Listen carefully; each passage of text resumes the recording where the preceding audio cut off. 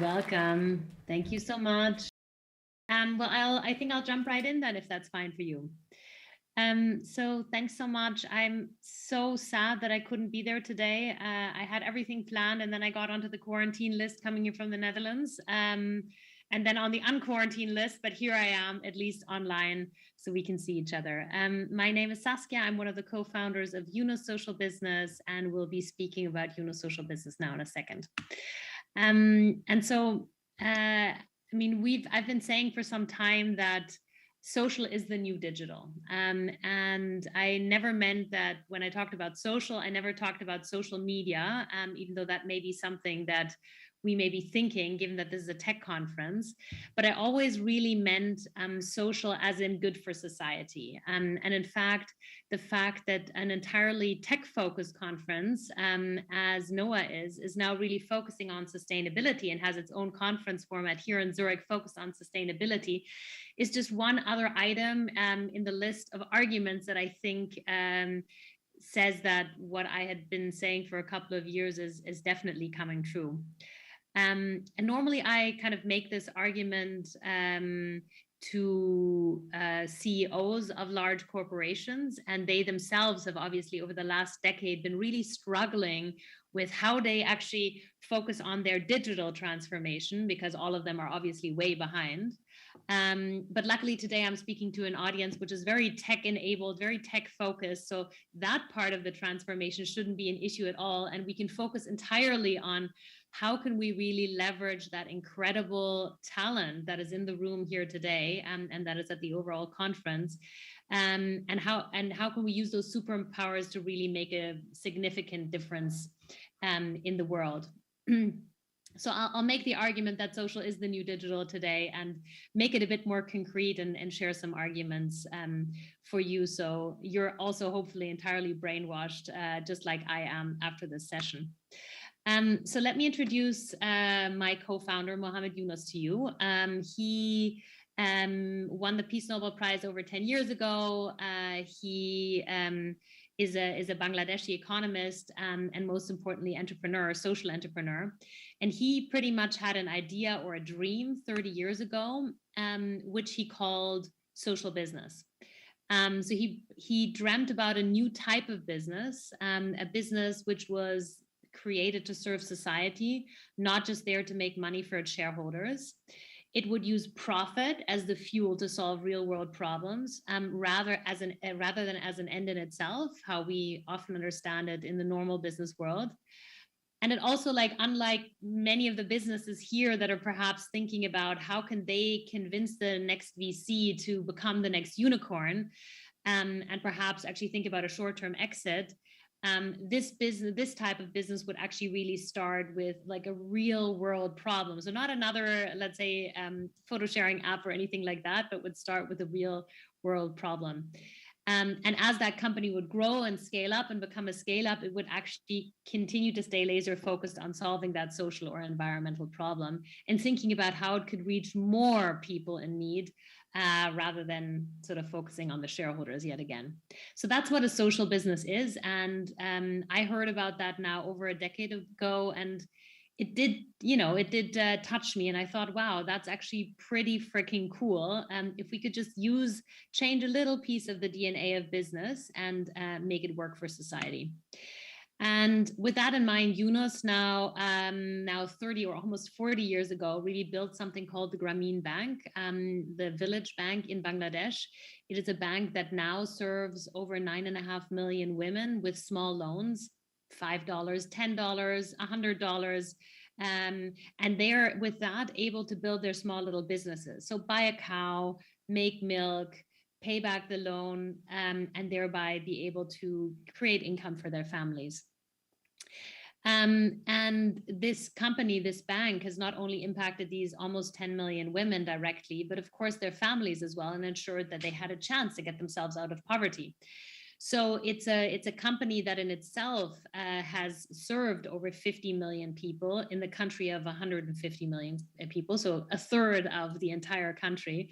It's active in 89,000 villages in Bangladesh. It has 98% women who are the borrowers, which in a Muslim country is quite remarkable. And it has an almost 100% repayment rate, even though people often say you can't lend to the poor. So in some ways, I would really call this a real world physical unicorn, because it also has actually created a microfinance movement that has reached over 500 million people globally. To make a joke, you could call it the Yunus corn, like Mohammed Yunus and unicorn, because he's actually built a number of these, really always focused on solving a social or environmental problem, but in a business format and not for his own personal profit. And I was just thinking about, when preparing for my brief talk here today, just imagine if 30 years ago, Yunus and the Grameen Bank had already had the tech capabilities that we have in our hands now. How fast could this have grown? How many more people could we have reached then?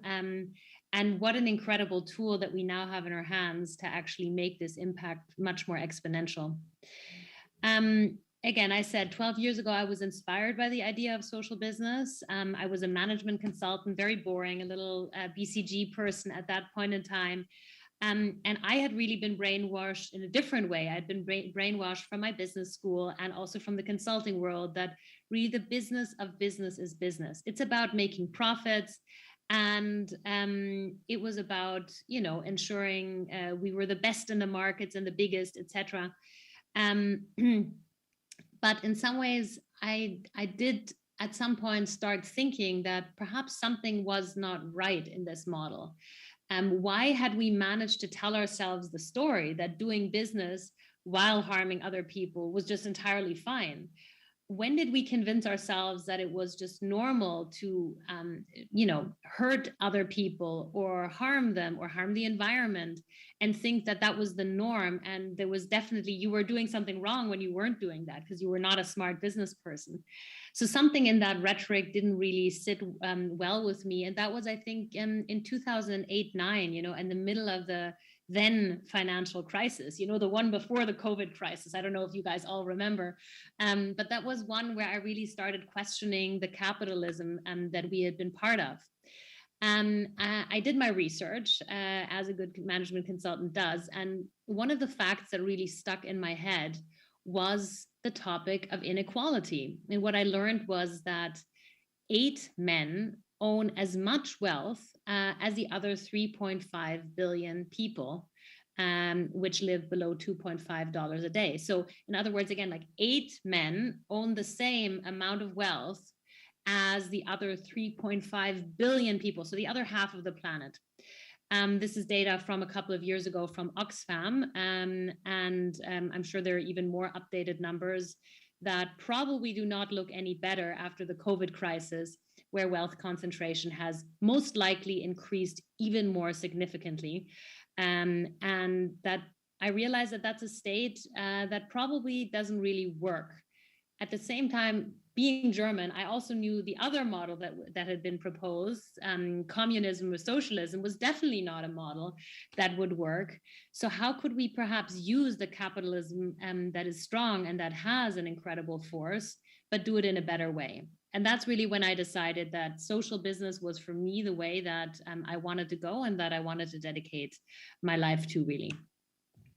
So basically, together with Yunus, we then and another friend, we created Yunus Social Business with the idea, how can we expand this from Bangladesh to many other countries? We're now active on 4 continents.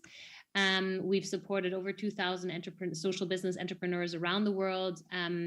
We have been able to create over 100,000 jobs for real poor people, and have been able to serve them with almost 30 million people with access to essential products or services. So that's where we stand now, and I hope that we can still significantly continue scaling up, because obviously there's a much larger need in the world.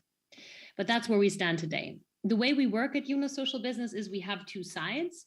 On the one hand, we invest in social businesses. So we're an impact investing fund with the offices on those 4 continents that I mentioned to you. And on the other hand, we also realize that change will not happen if we only work with startups. We will also need to change the existing giant corporations. So we also consult with them and help them use their influence and size to really make a difference. So let's get even more concrete. Let me talk about like 2-3 concrete examples that can give you the feeling what it actually means to run a social business. Impact Water is the first example I would want to mention. Impact Water was founded... Saskia, sorry, I'll briefly interrupt you because time is up, but I'll let you wrap things up. Okay, sorry about that. I'll do that. So Impact Water is a company that serves clean drinking water to schools in Uganda, and they have decided to focus on the segment of the poorest. And when they expanded, instead of going with their water cleaning systems to large companies, they actually went to the more remote areas. So this is an example of a beautiful social business. I had another example which I wanted to show to you from Bangladesh, but I'll skip over that and jump right into the sort of like what is the takeaway.